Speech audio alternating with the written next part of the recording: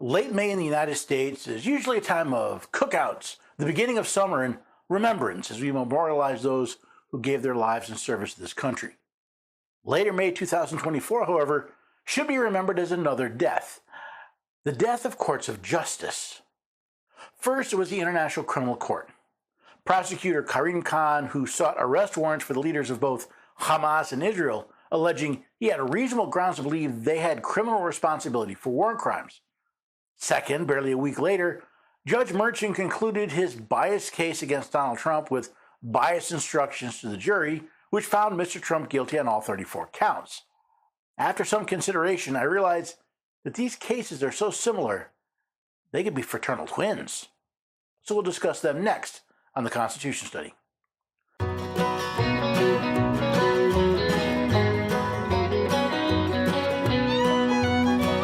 Neighbors and have a few good friends. Every day we're everyday Americans. Oh, every day we're everyday Americans.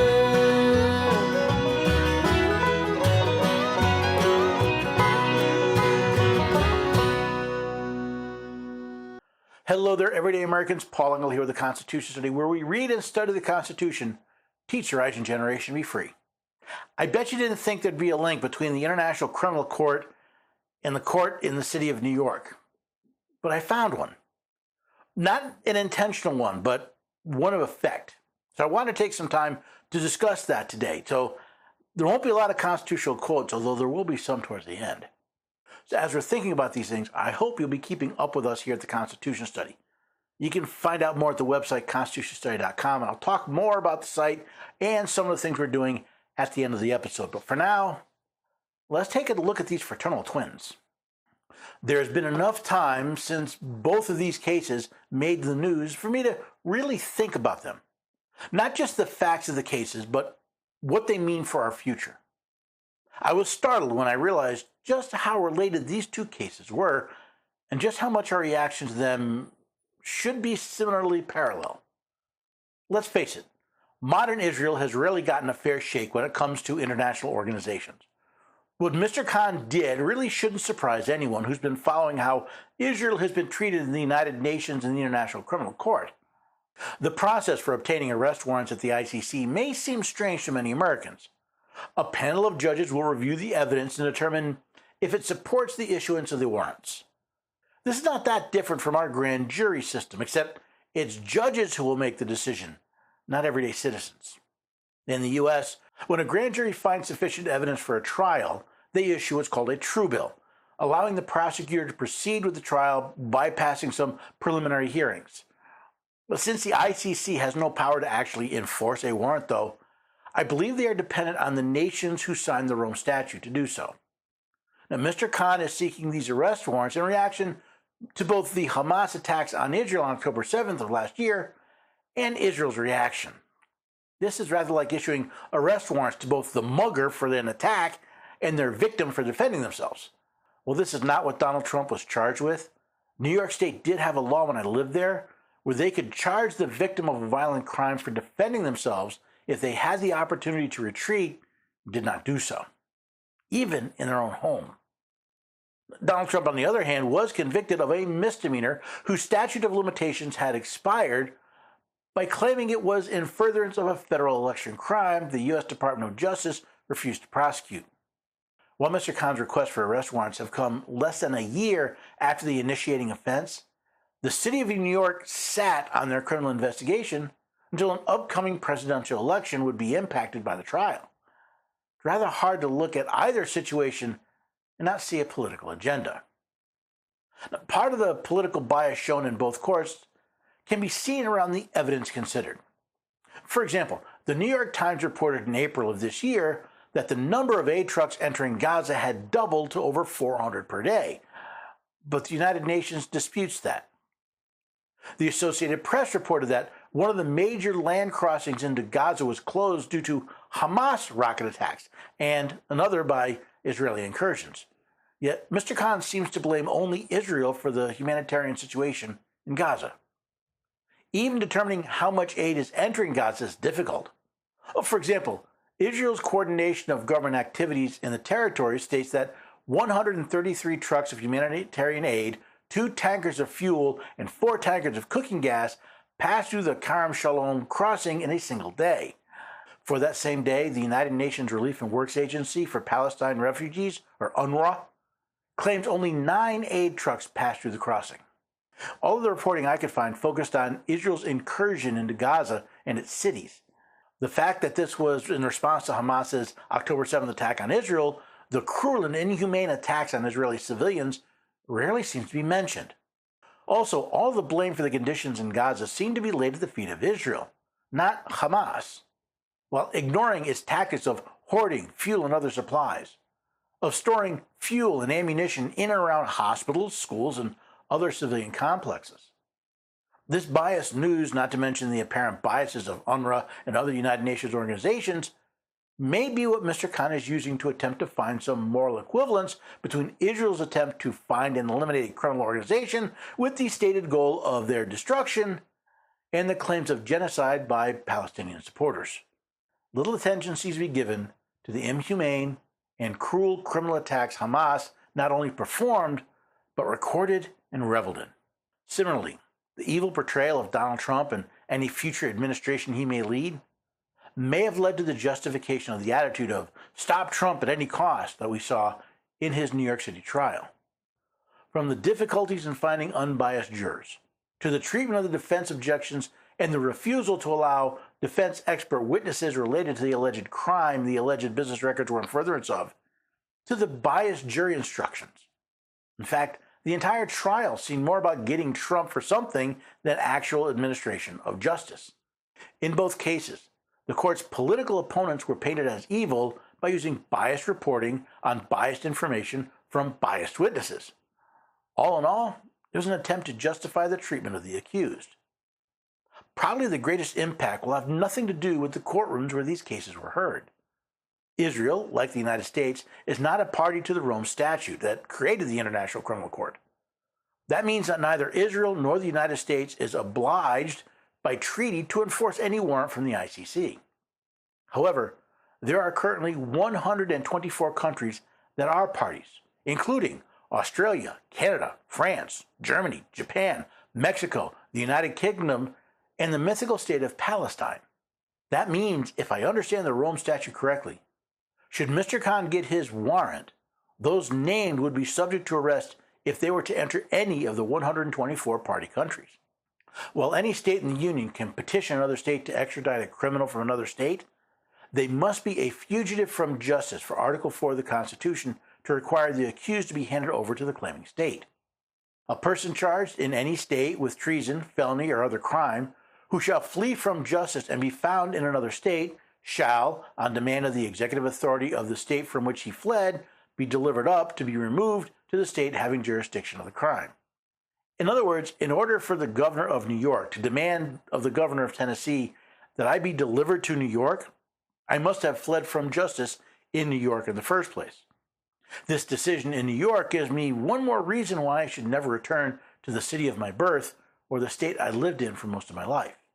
For those who follow the Constitution study from the Empire State, along with my friends and family members who still call New York home, I hope you understand why I have no plans to return. You may be saying to yourself, Paul, as long as you obey the law, why wouldn't it be safe for you to return to New York? For the very same reason Donald Trump was convicted, for doing something in furtherance of a federal election crime that the federal government doesn't even recognize. I've written and spoken repeatedly on what the Constitution says about how we elect the President of the United States, along with how both Congress and the states have corrupted that process. Can you not imagine the state of New York determining that such language is disinformation? And in that attempt, I conspired to promote or prevent the election of any person to a public office by unlawful means, just as they did with Trump's payment in exchange for a non-disclosure agreement. I know, I'm a small fry, and almost no one knows who I am. But do I really want to take that chance? Do I want to support a state that has fallen so far from its duty to secure our rights? As the Declaration of Independence states, that to secure these rights, governments are instituted among men, deriving their just powers from the consent of the governed. It wasn't just Alvin Bragg or Judge Juan Manuel Merkin, who turned justice on its head in New York City. It was 12 men and women who participated as well.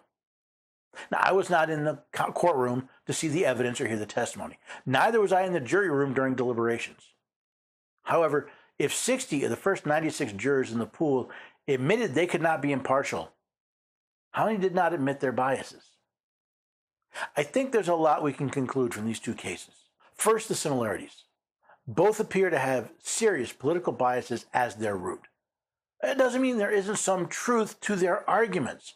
From what I've found out, Israel has gone to extreme lengths to prevent civilian casualties. They've contacted civilians in Gaza, warned them about imminent military actions, published safe zones where citizens can stay and safe routes to get there. That's not to say that Israel has been perfect in their actions. The recent fire at a tent camp is still being investigated, along with other accusations. Similarly, the accusations that Donald Trump falsely listed a payoff as a legal expense may be true, even if the statute of limitations has expired. The accusations of different standards at the UN, the ICC, and the American courts have been going on for decades. However, both Khan's request for an arrest warrant of a Western official and the prosecution of a former president, not to mention the presumptive nominee of a major political party, are unprecedented, and I believe portend bad things in our future. The politicization of our criminal justice system places not only the United States, but the entire Western world on par with the banana republics we so often chastise. Similarities aside, there are some differences as well. While any ICC arrest warrant is meaningless in Israel, the conviction of Donald Trump does have many implications, both legal and political. Should Trump be sentenced to jail time, how will the Secret Service, which not only has a duty but the legal power to protect the former president, handle this new territory? There's already a move in Congress to terminate Secret Service protection for anyone convicted of a felony. However, by the time any such legislation would pass, it would be ex post facto if applied to Donald Trump, and therefore unconstitutional. In the light of recent events, though, does anyone believe that actually matters anymore? Trust in our institutions has been falling fast. Based on the reactions to the Trump conviction, it appears whatever faith people had is either completely gone or eroding at an astounding rate. If Mr. Khan gets his warrants, especially in the light of reports of Hamas members and UNRWA and the ongoing animosity toward Israel and many UN agencies, it seems that trust in the Western world may be harder to find than a unicorn. While my lack of faith in their so-called justice system has led me to avoid the state of New York, I'm considering other states to avoid as well, as I do not see this slouching toward Gomorrah changing course anytime soon. To those of you who are looking toward a Donald Trump election victory to save us, I remind you of the words of George Washington.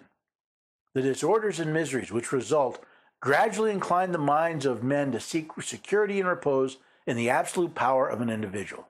And sooner or later, the chief of some prevailing faction, more able or more fortunate than his competitors, turns this disposition to the purposes of his own elevation on the ruins of public liberty. No, not a good time indeed lately for justice, for liberty, for the rule of law. A lot of questions out there, a lot of concerns, a lot of instability. There's a saying, if you can keep your head while all those around you are losing theirs, well, some say you don't know what's going on. Others say that makes you a good man. I think it's important that we not lose our heads. We do that, in my case, by grounding in the Bible and in the Constitution, the true supreme law of the land. That, I think, is where we can find the stability to get through these times in sanity. I'm not saying a Trump administration wouldn't be better than another Biden administration, but if you think they're going to save us, it's not the way it works. The only people coming to save us are ourselves. You want to find out more, go to constitutionstudy.com. Check it out. You'll find very much about fixing our local towns, our counties first. You fix what's around you, what you can change. Don't try to fix Washington, D.C. It's out of your hands. But you can change your city, your town, your county. Change enough counties and you change your state. Change enough states and D.C. doesn't matter anymore. If you want to figure out what to do next, Go to the website, but look at the Constitution Study Planning Wizard. Just go to constitutionstudy.com/wizard. It'll ask you several questions, and then based on that, the system will send you some emails with suggestions, things you might try. The wizard is free. Some of the suggestions are free. Some of them may ask you to buy a book or sign up for some course. The point is, it's meant to give you ideas of what to do next based on your recent study habits and how you found them, your goals and agendas. You can also check out the radio program at americaoutloud.news. Just look for the Constitution Study. I'm on every weekday at 4 p.m. Eastern Time. There are plenty of other ways that you can actually support the work that we're doing here at the Constitution Study. Go to patriotmobile.com/constitution and sign up with a Christian conservative wireless carrier that actually defends your rights. And in do so, support the Constitution Study. Go to constitutionstudy.com/Flynn movie, FLYNNMOVIE. Get tickets for Mr. General Flynn's movie, and that'll support the Constitution Study as well. There's plenty of things you can do. The point is, do something. Whether it's sharing this information, whether it's getting engaged yourself, whether it's supporting the work that we're doing, do something. All it takes for evil to thrive is for good people to do nothing. Let's stop doing nothing. Let's figure out what we can do and do it. And we start in our own backyards. Hopefully, you'll come back with some friends next time. Join us here at the Constitution Study.